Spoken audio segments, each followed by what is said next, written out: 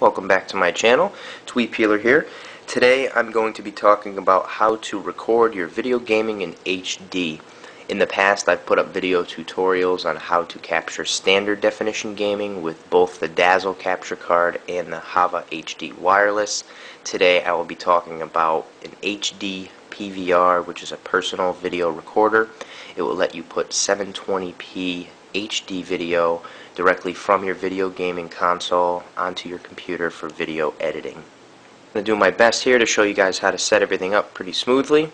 I'm also going to show you guys how to get the best video quality onto YouTube. That's usually a high priority with this stuff. I can get pretty good quality onto YouTube. It's just YouTube has crappy codecs, so you can only do so much. One thing I ask of you guys, just please watch the whole video before you have any questions or comment.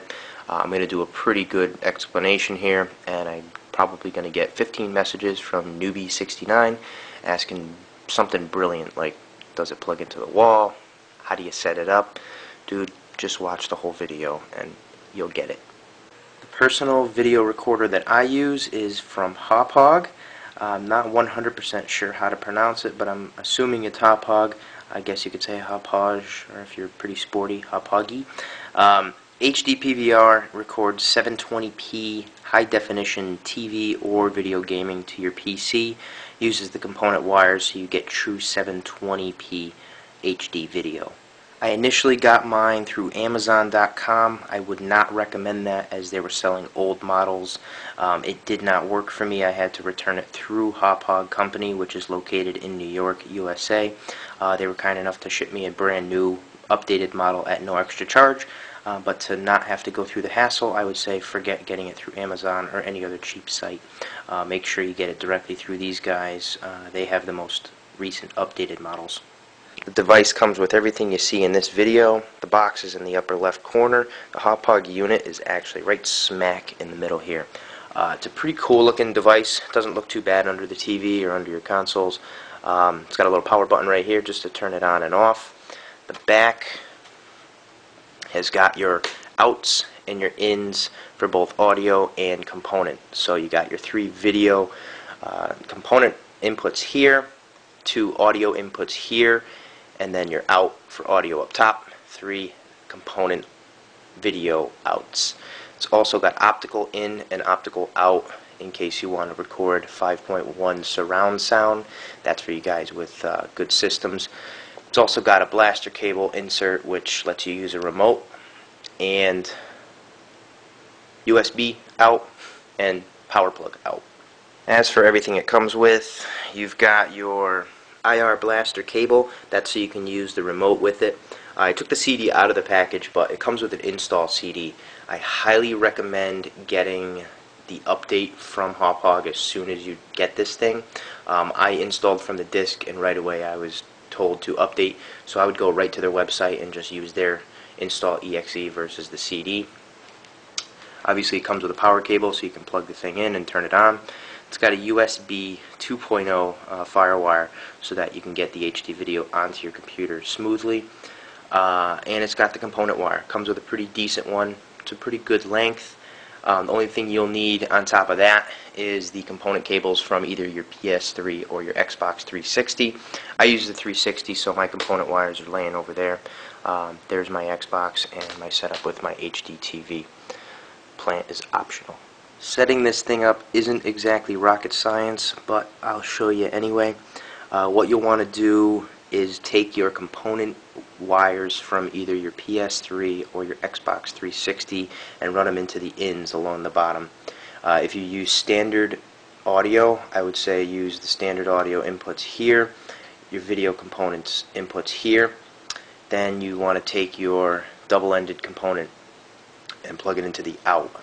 So you got your PS3, Xbox wires going into the in, and then that double component cable going from the out to your TV.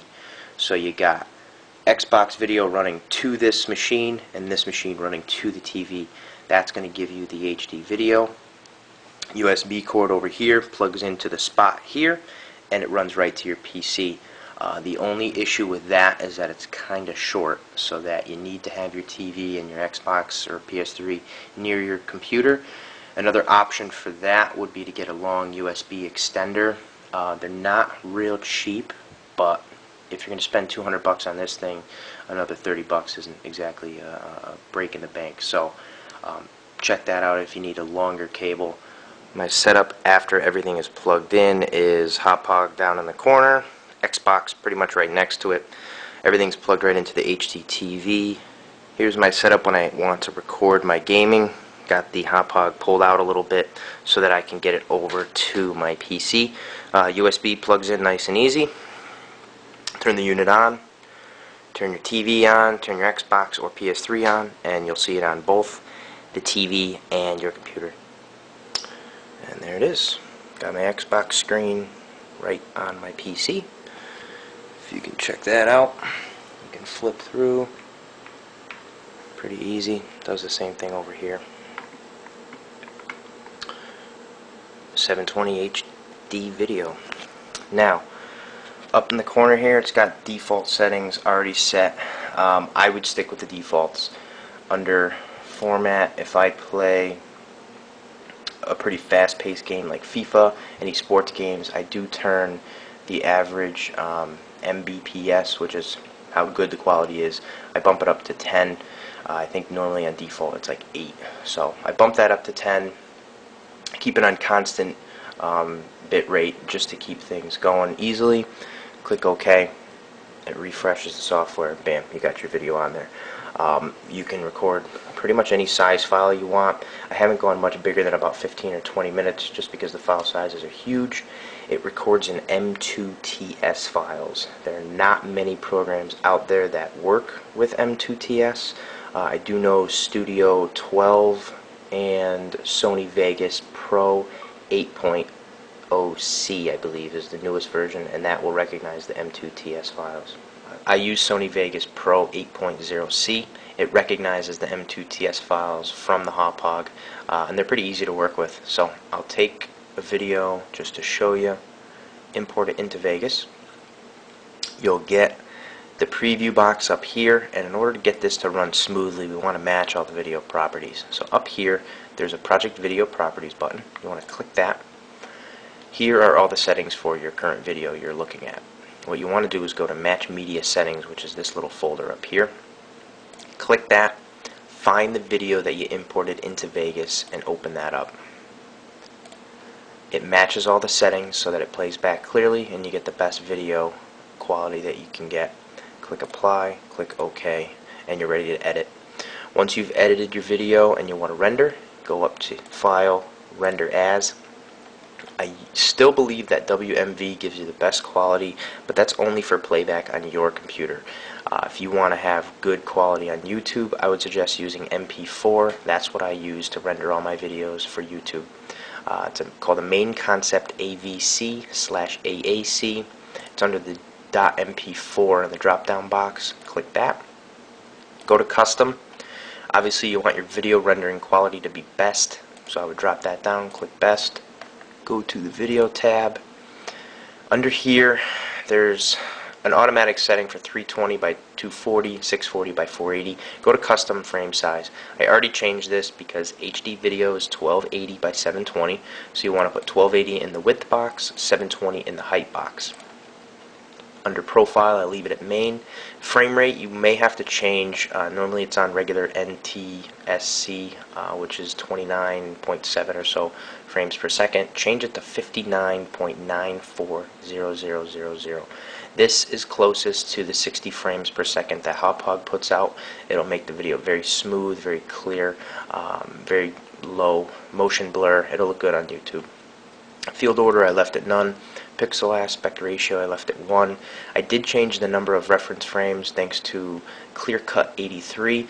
We talked a few times about rendering video, and he told me the settings for this. However, I did have to change this constant bitrate.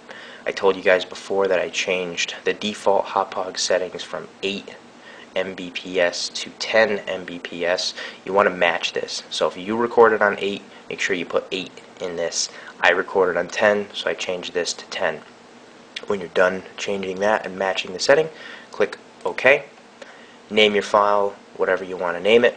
click Save. You can email me questions. They go right to my BlackBerry, so I can respond pretty fast. I'll be waiting, Newbie69.